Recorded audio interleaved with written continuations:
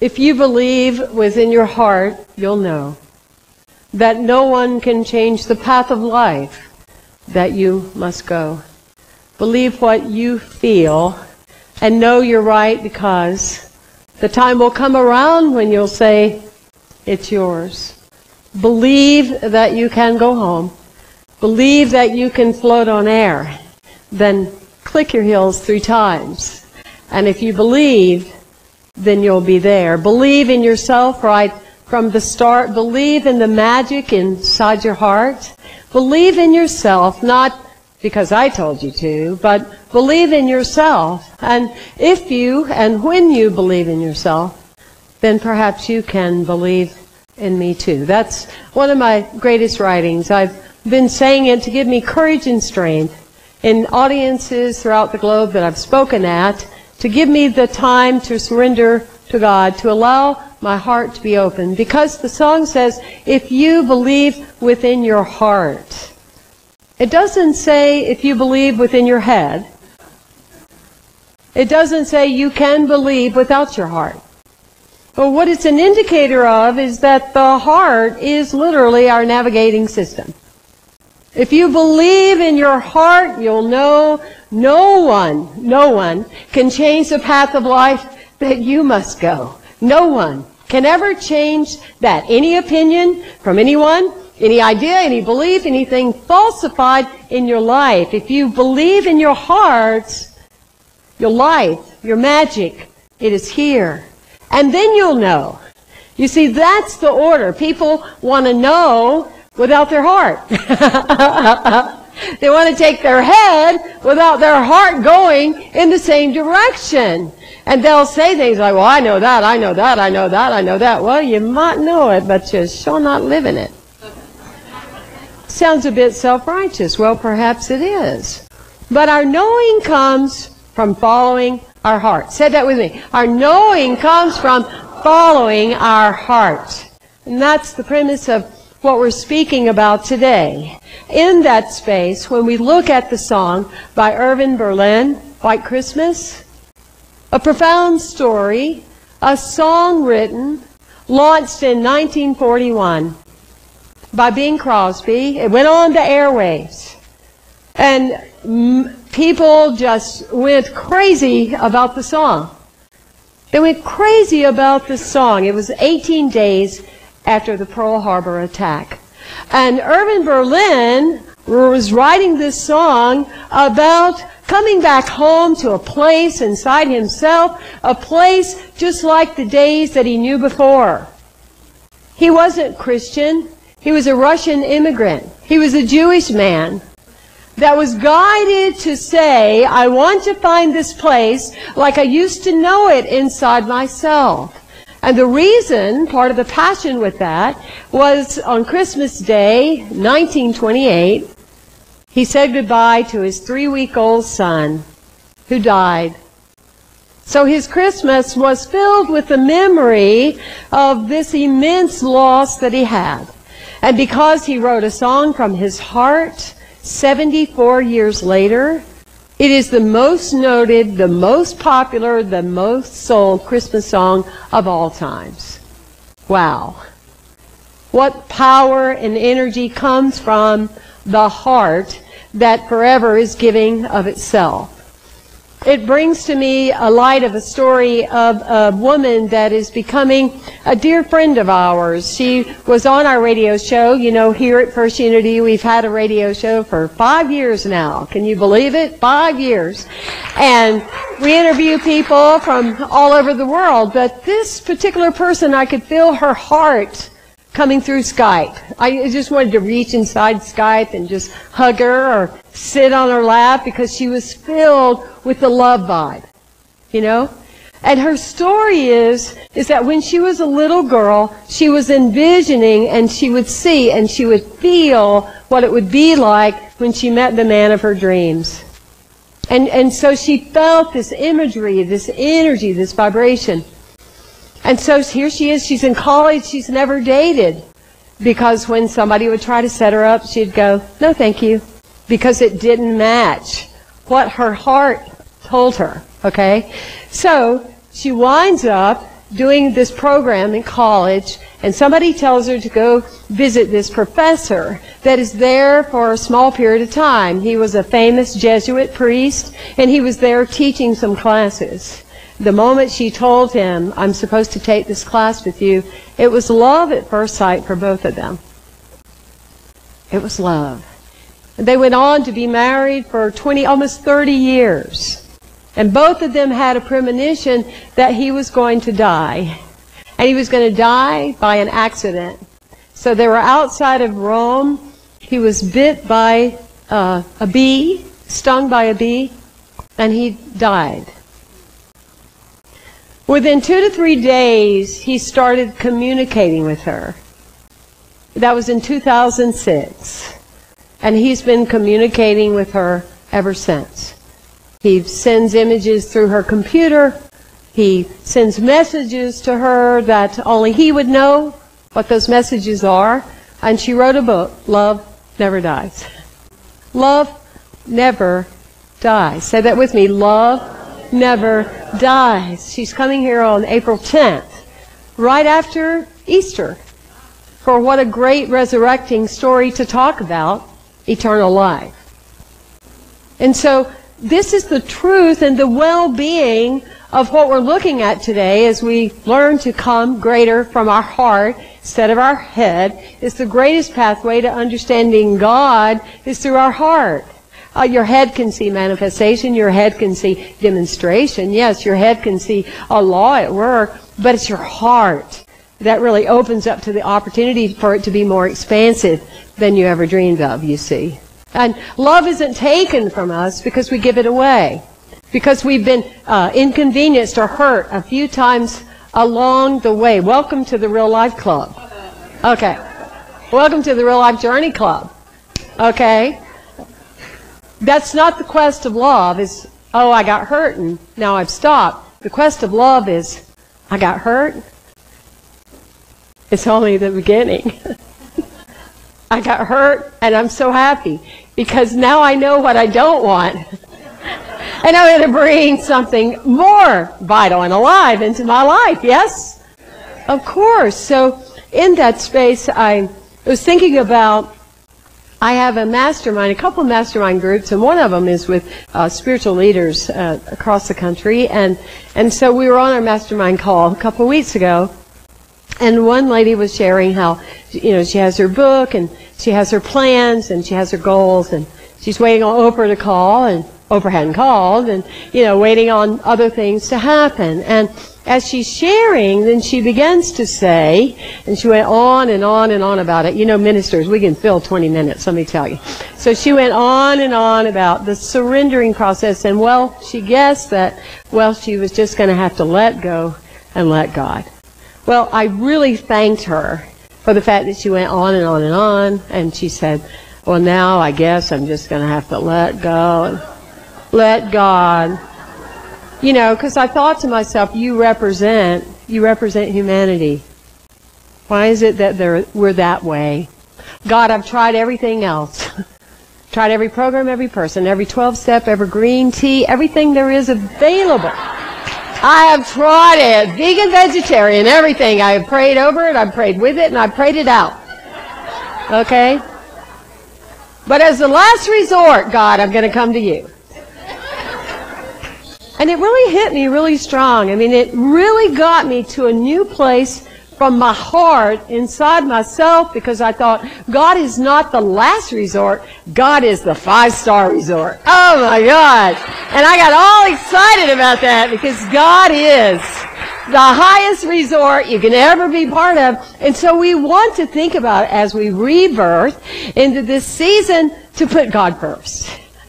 To say, God, here's my plan. Don't laugh. Here's what I'm thinking. But what I want you to know, at the end of the day, my heart will follow the highest and best for my soul. Yes?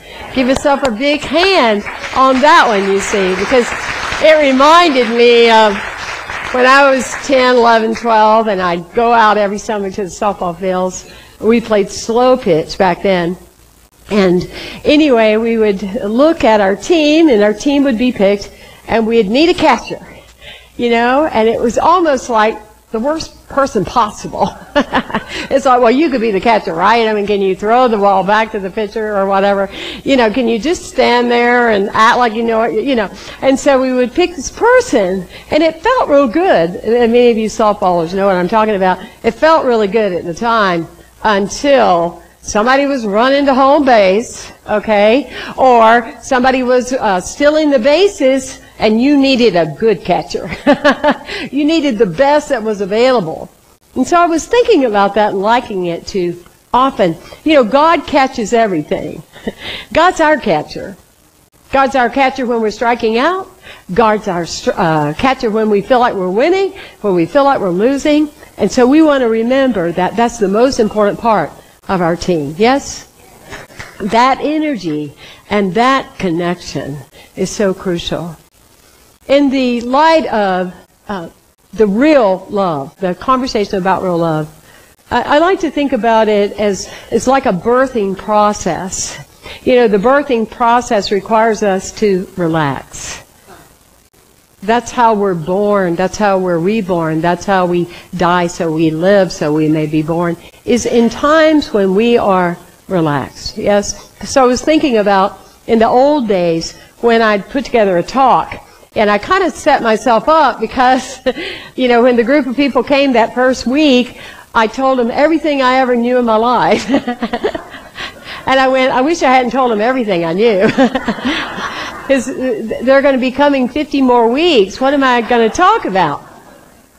And it was a constant practice that I faced for a number of years. Back then you had to go to the library. And I'd be there with thousands of books. But I wasn't able to put anything together. You know, 5 little key points. Why? Because I was tense. Because I wasn't relaxed. So when we're not relaxed, our creative process will not come through. We're not who we are, and our experience is not what it can be either, because we're all tense and tight, and we're protecting our hearts from actually what can be possible. Do you relate to that in some way? I mean, many of you are already doing it because you're going to be going home to visit your family, and you're already getting tight. You know, I can see it on your faces. I got to go there for a couple of days. You know, it's about being relaxed. Relaxed is where the presence of God comes through your heart. Relaxed is when anything that you need in your creative process can happen, so you can be real. I love the writing from the Velveteen Rabbit. What is real? Asked the rabbit one day. Real isn't how you are made, said the skin horse. It's a thing that happens to you. When a child loves you for a long, long time, not just to play with, but really loves you, then you become real. Does it hurt? Asked the rabbit. Sometimes, said the skin horse, for he was always truthful.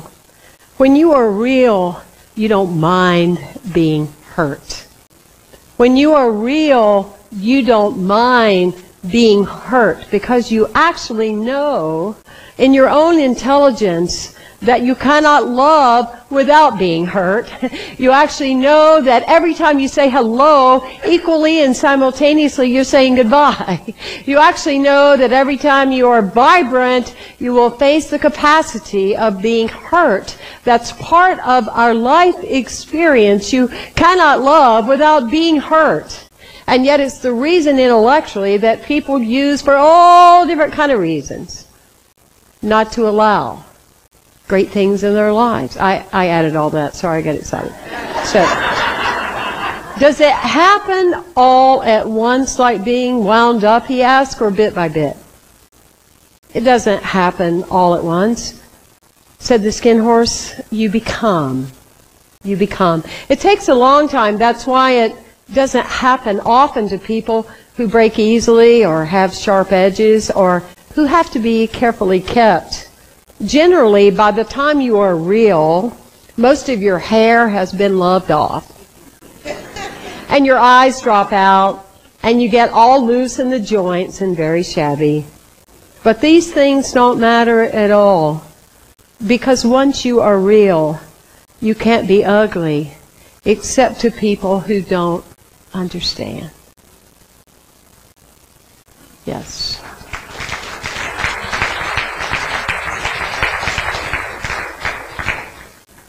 We owe it to the Creator who gave us life to be real. We owe it to the people that we love to be real, to be revealed, to share who we are, to connect. So we wake up one day in our lives and we have the good fortune to look at all the people that are real around us. That's how I feel when I stand up here in front of you. I'm surrounded by people that are real. It touches my heart so much in that space. I'm likened to Scripture, Matthew 14:25 through 31. The energy that we're drawing today that's required for us to be real. It's the story of Jesus. He's feeling really good. He's had a really good day. And so he's going to show a new teaching to the disciples. And so what he elects to do is to go across the water. He begins to walk across the water, and they're in shock. Like, how could this be possible? Right? And so they're like, what? And so then what happens? Does anybody remember what happens? There you go. You get the prize. See me after. Yes. So after the disciples are looking, Paul sees what Jesus is doing and goes, well, I want to do that too. Thank you, Peter. You get the second prize. Okay. I have it right here. Okay. And so Peter begins to walk across the water, right? And he's following and doing just what Jesus did. And what happened is he went to his head. He started thinking about, how could this be possible? He started thinking about, how could it happen? He started thinking about the storm and focusing on all the elements that was there. And then he began to sink. Isn't that what we do often? Is we get to have magic and miracles in our lives. We actually have the capacity to walk across the water in our own journey and in our own lives. And then we go to our head. This couldn't be happening to me. How could this be happening to me? Look where I came from. Oh, and if it did happen to me, then I don't want to be hurt. Oh, goodness forbid that I be hurt. So I'd rather spend my life hurting myself. Oh, wow. Why do I do that? No, I don't want to do that. And so it's in that space that we move away from our heart, you see. So, whether it be Paul, whether it be Peter, whether it be Temple, Mary, Frank, what's relevant is that we not let fear prevent us from being real and being loved. Yes? And so I'm reminded of a story of two guys during the holidays. They had way too much to drink. I can tell the story because I'm sober. So they had way too much to drink, and one of the guys was on his way home, and he decided to take a shortcut and go through the cemetery to lessen his walking time. And so he's walking through the cemetery while he falls in an open grave. And so, I mean, that'll sober you up, right? And so he's trying to get out. He tried, kept falling down. He went to heck with it. And so, anyway, he just goes over to the corner and kind of goes to sleep and just says he'll wait till morning. Somebody will find him. Well, lo and behold, second guy, here he comes. Makes that same decision. He'll take a shortcut. He'll go through the cemetery. He falls in that same open grave. Oh, he can't believe he's there, but he's trying to get out, and huffing and puffing. And all of a sudden, he hears a voice coming from the grave. He said, well, you can do everything possible you can to try to get out of here, but you won't be able to get out of here. And it scared the guy so much that he leaped out of the grave. You see. Hey, you have to do whatever works. So anyway, we don't need to be that shocked to make new choices about getting out of the grave. We don't need to be that shocked to get out, to be motivated, to realize that real love is our greatest conversation. Thank you.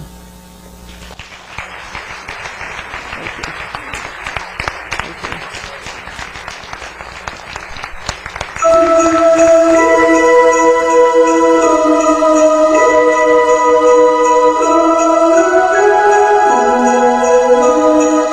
you.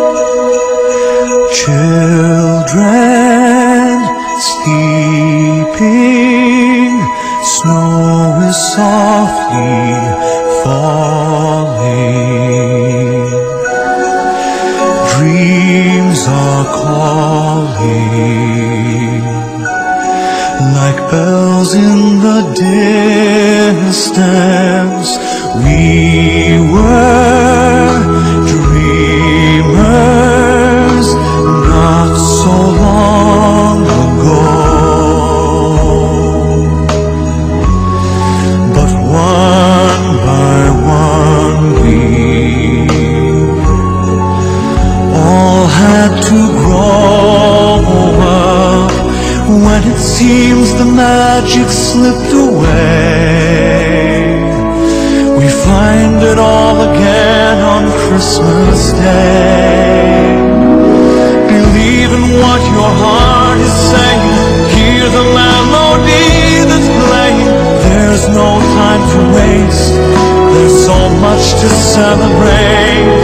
Believe in what you feel inside, and give your dreams the wings to fly. You have everything you need if you just believe. Trains move quickly to the journey's end. Destinations are where we begin again. Ships go sailing far across the sea, trusting starlight to get where they need to be.